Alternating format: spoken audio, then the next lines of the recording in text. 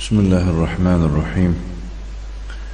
الحمد لله رب العالمين والعاقبة للمتقين، والصلاة والسلام على نبينا محمد وعلى آله وأصحابه أجمعين. أما بعد، أضرار الحزبية على الأمة الإسلامية لفضيلة الشيخ العلامة المحدث أبي عبد الرحمن يحيى بن علي الحجوري حفظه الله تعالى. اینک ما درسای خود را به عون الله سبحانه و تعالی دوام میدهیم. از ضررهای حزبگرایی بر امت اسلامیه از آن شیخ علامه محدث ابو عبدالرحمن یحیی ابن علی حجوری الله سبحانه و تعالی این کس را محافظت کند. درسی ما آغاز می‌یابد آنجا که شیخ می‌فرماید، امروز درسی دهم است، 21 ماه محرم 1435 که موافق با 25 ماه 11 2013. شیخ می‌فرماید الحزبیه تسبب العداء لاولیاء الله. یعنی بعد از که شیخ ذکر میکند چخیل حزبی ها غیر حزبی ها را چخیل تحقیر میکنند، حزبی ها چخیلی که اشخاصی با نفوذ فضل و احترام دارند چکار میکنند؟ اینها تحقیرشان میکنند.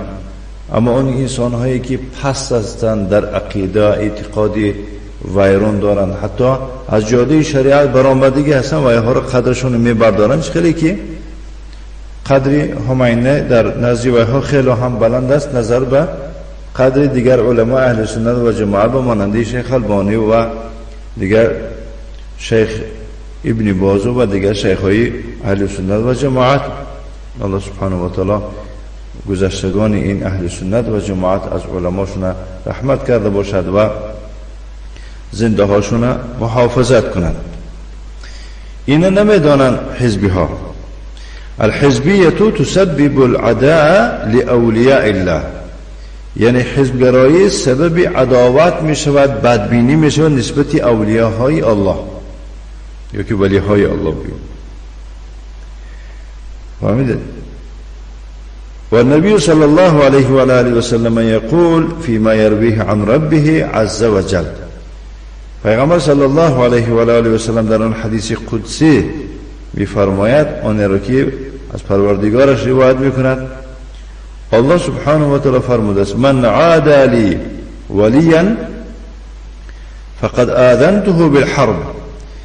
کسی نسبت یک ولی من عداوت کند، دشمنی کند، من اعلان میکنم به او جنگیدن را. فهمیدید؟ ولا يزال عبدي يتقرب الي بالنوافل حتى احبه. بنده من همیشه به من نزدیک شدن میگیرد به طریق انجام دادن عبادت های نافله تا اون اندازه که من وی را دوست میدارم. فهمیدید؟ فاذا احببته كنت سمعه. وقتی که وی را من دوست داشتم، من گوش او خواهم شد. الذي يسمع به، آن گوشه که با او میشنود. و بصره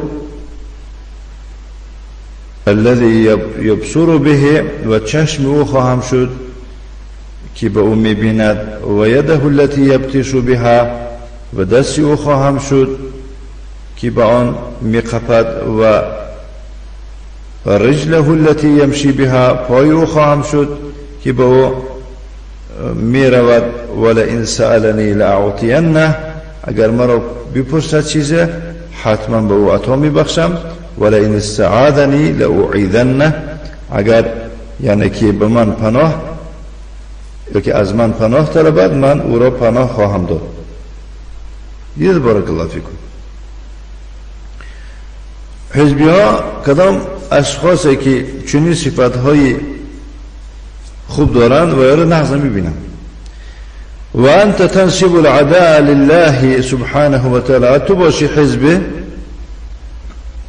یعنی عداوت را برای الله سبحانه و تعالی برمیخیزانی یا که برمیانگیزی.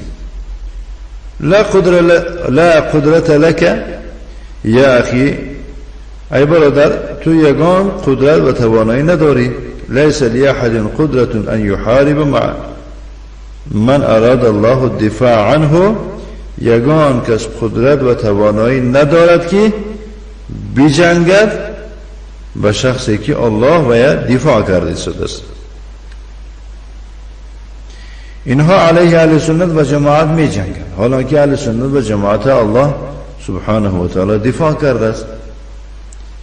خیلی که در سوره الحج در آیت 38 فرموده است الله تعالی ان الله یدافع عن الذین آمنوا، البته الله مدافع میکند، دفاع میکند کسانی که ایمان آوردن. ان الله لا يحب كل خوان کفور، الله دوست نمیدارد هر خوان خیانتکار را، کفور هر ناشکر را، نعمتی الله را ناشکری میکرده. کسا حزبگرایی، حزب تشکیل کردن، در حزب بودن، حزبی ها، اینها واقعا خیانتکارند نسبت اسلام، نسبت پیغمبر اسلام، نسبت اهل سنت و جماعت خائنند. فهمیده؟ بارک الله فیکم. تمام پشت و پناه اینها ایران است. فهمیده؟ در اندک زلزله از مرز تاجیکستان برآمدن، فقط دلشان کشان ایران است. خب اینها ناشکرند، سواء كان التحزب العصبي او كان التحزب القبيلي او التحزب القومي. فرق ندارد خواه اینها، خواه یعنی که این حزبگرایی چی تعصبی باشد یا که حزبگرایی قبیلگی باشد یا که قومی ملتچگی و محلگرایی باشد، تمام اینها یعنی اشخاصی هستند که خائنند و اشخاصی هستند که یعنی که انکار کننده نعمتهای الله هستند، نعمتی الله را کفران میکرده اشخاص. وانظروا الى التحزب المذهبی، اکنون شما به جانب اشخاصی که و یا حزبی مذهبی هستند، یعنی فقط نام مذهب در دهنشان میگیرن. کیف یحقر احدهم الاخر، چخیل این مذهب، یعنی این صاحب مذهب دیگر صاحب مذهب را تحقیر میکند. یروی بعضهم حدیثا یخرج من امتی رجل یقال له محمد بن ادریس اضر على امتی من ابلیس و ابو حنیفه سراج امتی. نگاه کنید، یک مذهبگرا، مذهب پرست، یک حدیث دروغ را، بافته را روایت میکند که گویا که پیغمبر صلی الله علیه وسلم گفته باشد از امتی من انسان به وجود می آید و را محمد ابن ادریس میگه، یعنی امام شافعی گفته. فهمیدید؟ ضرری و از ضرر ابلیس هم بالای امت بدتر است. و ابو حنیفه گفته که شخص پیدا می شود که وی چراغ امتی من است. حدیث دروغ است، حدیث موضوع مکذوب، حدیث ساخته دروغ است علی رسول الله صلی الله علیه وسلم، با پیغمبر صلی الله علیه وسلم. فیتخذ حدیث و یکذب علی رسول الله صلی الله علیه و آله وسلم. نگاه کنید، حدیث را تشکیل میکنن و با مقابل یا که با پیغمبر صلی الله علیه وسلم دروغ میگویند. به خاطر چی؟ من اجل ان یزهد الناس فی الشافعی، برای خاطر مردم از امام شافعی گریزانیدن. و من اجل ان یحبب الیهم ابا حنیفه، و برای خاطر چی؟ با ویها محبوب گردانیدن ابو حنیفه. و آخر یقول، دیگر شخص میگوید که انا شافعی ما حییت و این اموت فوصیتی للناس ان یتشفعوا. یک نفر دیگر گفته است که من شافعیم تا آندمی که زندم، اگر بمیرم وصیتی من برای مردم از آن عبارت است که باید که همه شافعی شدن. لماذا البوشنجي رحمه الله ما أوصى الناس أن يتبعوا كتاب الله وسنة رسوله صلى الله عليه وسلم؟ چرا بوشنجی الله رحمتش کنه مردم وصیت نکرد که کتاب پیرو از کتاب الله شوند و پیرو از سنت رسول او صلی الله علیه وسلم شوند؟ و قد اوصى بذلك امامه، یعنی با پیروی شدن از امام خود چه وصیت کرد. ولکنه التعصب المذهبی، ولی این را تعصبی مذهبی میگویند. خیلی که در تاجیکستان ما لفظ زده است.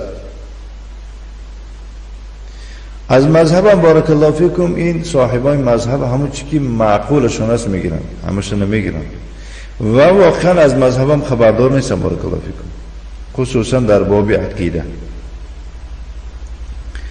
والامام الشافعي يقول، امام شافعی چنین میگوید: اذا قلت قولا يخالف الحديث فاعلموا اني راجع عنه في حياتي وبعد مماتي. میگه که امام شافعی را قولش اگر من یک سخنی رو گفته باشم که مخالف حدیث باشد، شما بدانید که من از همون سخنم گشتم، خواه زنده باشم و خواه مردگی باشم. فهمیدید؟ وقال له رجل لما ذكر الحديث، لما ذكر الحديث اتعمل به. یک نفر برای امام شافعی چنین گفت وقتی که یک حدیثه ذکر میکنه در پیش امام شافعی و میگوید که آیا تو به همین حدیث عمل میکنی؟ قال گفت: اترى على وسط زنارا، تو در میان من زنار میبینی؟ یعنی که یک بنده هسته که در میانشان با مانند تسمه نصرانی ها میبندن. تو در میان من تسمه نصرانیگی دیدی سالی که با من میپرسی به حدیث عمل میکنی یا نه؟ اترانی فی کنیسه، آیا تو مرا در یگان کنیسه میبینی؟ یگان کلیسا میبینی؟ عبادت خانه های نصرانی ها میبینی؟ من اقول ثبت الحدیث، من میگم که حدیث ثابت شده است، تو باشی میگوی که به حدیث عمل میکنی. من گفتم حدیث ثابت شده است، نخود تو شر نداشته، یعنی که میگوی که به حدیث عمل میکنی. یا قوم اذا ثبت الحدیث فهو مذهبی. ای مردم، گفتم مشافر، وقتی که حدیث ثابت شدگی باشد که واقعا از پیغمبر صلی الله علیه وسلم آمده است، این مذهبی من است. الى آخر اقواله العظیمه. و دیگر با سخنهای بزرگی مشافر. المدونة فيما دونه ابو حاتم، دیگر سخنهایی که ویرا ابو حاتم مثلا دیوان کرده است نویسه. والبيهقي رحمة الله عليهما، بيهقي فيما يتعلق بانصياع الامام الشافعي، چیزی که با مثلا گریم تعلق دارد با چیم؟ اطاعت امام شافعی، یعنی نسبتی حدیث خیلی سرخم بودنی امام شافعی، عمل کننده به حدیث بودنش. علما کتاب نویسگیان و حث الناس على اتباع کتاب الله و سنت رسوله صلی الله علیه و آله و سلم. امام شافعی الله رحمتش کند مردم امر میکرد به چی؟ به پیروی از کتاب الله شدن و پیروی از سنت پیغمبر صلی الله علیه و سلم شدن، پیرو شدن. الله سبحانه و تعالی فرموده است که اتبعوا ما انزل الیکم من ربکم، شما پیرو شوید از آن چی که به شما از پروردگارتان نازل شده است. ولا تتبعوا من دونه اولیاء، یعنی غیر از کتاب الله به دیگه اولیاء نزدیک، یعنی که شما پیرو نشوید. یعنی رئیس ها، راهبرایی که در شرک راهبری میکنند، در معصیت راهبری میکنند، در بدعت راهبری میکنند. قلیلا ما تذکرون، شما کم پند میگیرید، یعنی پندی بسیار نمیگیرید شما. و ما اتاکم الرسول، پیغمبر با شما چی که آورد و چی که داده است و خودو همان را گیرید میگوید الله. و ما نهاکم عنه فانتهوا، از کدام کاری که شما را منع کرده است از اون دست کشید. نیز او سبحانه و تعالی میفرماید فليحذر الذين يخالفون عن امره ان تصيبهم فتنه. باید احتیاط کنند کسانی که مخالف از امر پیغمبر رفتار میکنند، یعنی که مخالفی امر پیغمبر میکنند. پیغمبر دیگه چی میگود، اینا دیگه چی میگود. اینها احتیاط کنند که مبادا به ایشان یک فتنه میرسد. میدین مصیبت، فتنه، کفر، نفاق، او یصیبهم عذاب علیم، یا که به عذاب درد آور گرفتار میشن. برای همین بارک الله فیکم این کسانی که خودشون صاحبی مذهب میگویند، به مذهب خودشون نسبت میدن، تعصبگرای مذهب هستند، واقعا در این دنیا به فتنه های گوناگون مبتلا اند.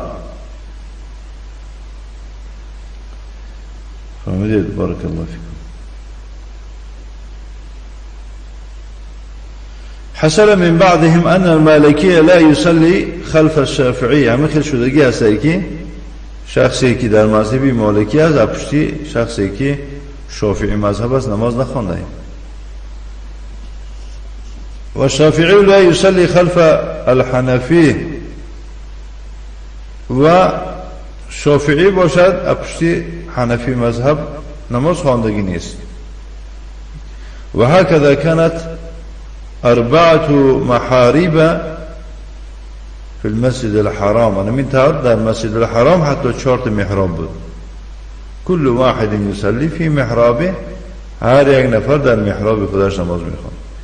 الشافعي له محراب، شافعها محراب داشتن، والمالكي له محراب، مالكي محراب داشت، والحنفي له محراب، حنفي محراب داشت برای خودش، والحنبلي له محراب، حنبلی هم برای خود محراب داشت. عدة مذاهب كل واحد ما يصلي خلف الثاني. یعنی نمی چند مذهبی بود، هر کدامش پشتی دیگه مذهب نمیخوان نماز. تهاجر و تقاطع، از او هجران میکرد، قطع مناسبت میکرد، قاری میشد، گپ نمیزن. و هكذا الحنفی يقول، یا حنفی میگوید که فلعنة ربنا عداد رملی على من خالف قول ابي حنیفه. نگاه کن، لعنت پروردگار ما با شماره قومها باد به کسی که مخالف از سخن ابو حنیفه است. اعوذ بالله. لعنت میکند کسی که و گفتی ابو حنیفه عمل نمیکند بسود است. لعنت فرستنده است. على أن طلبة العلم يعلمون على أن أبا حنيفة رحمه الله من أبعد الناس عن الدليل.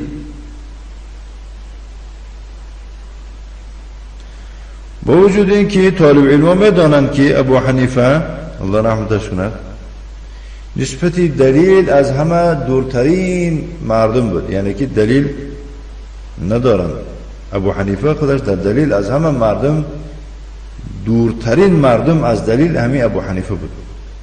و انه صاحب الرأی، صاحب رأی بود، دلیل قریب که نداشت. و ما كان معروفا الا بالرأی، و مشهور بود فقط برأی. و مدرسته فی ذلك الزمان بالکوفه، مدرسه او در آن وقت در هم دور زمانه در کوفه بود. مدرسه رأی، این مدرسه رأی میگفتن، با عقل، عقلانی.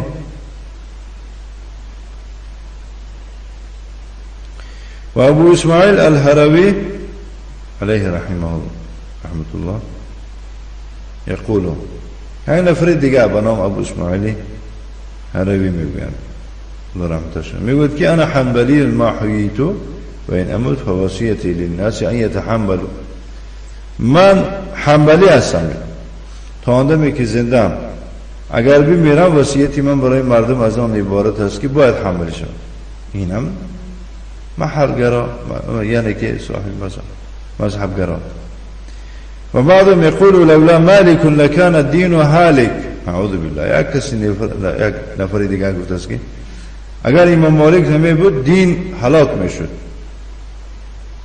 والله سبحانه و تعالی یقول تو نگاه کنید آیا همین گپ مگر همین گپ یعنی همین سخن با سخن الله مخالف نیست؟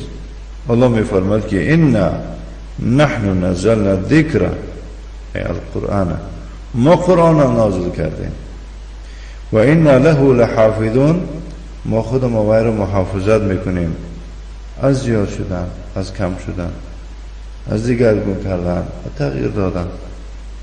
این کس میگوید که اگر امام مالک نمی بود دین هلاک میشد.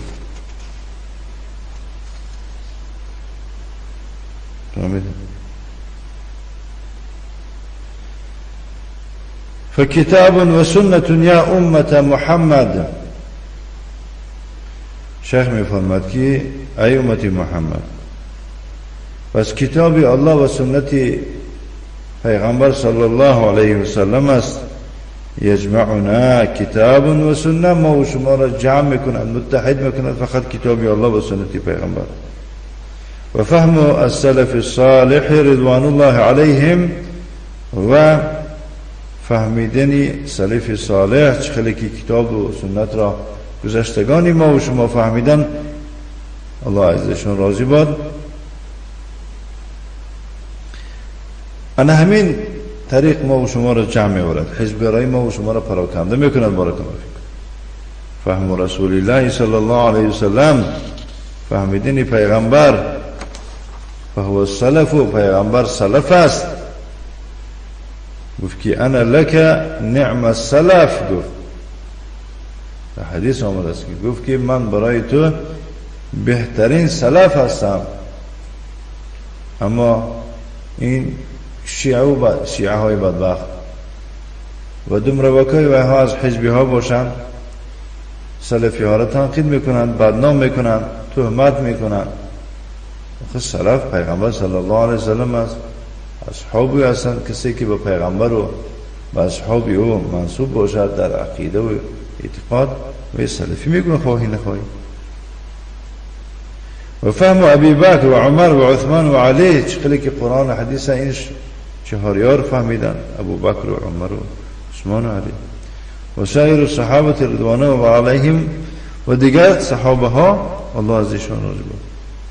فهم سلفنا این صحابه ها دیگران اینا سلفی ما هستند، گذشتگانی ما. و من سلک مسلک ها و کسی که وہ برای اینها را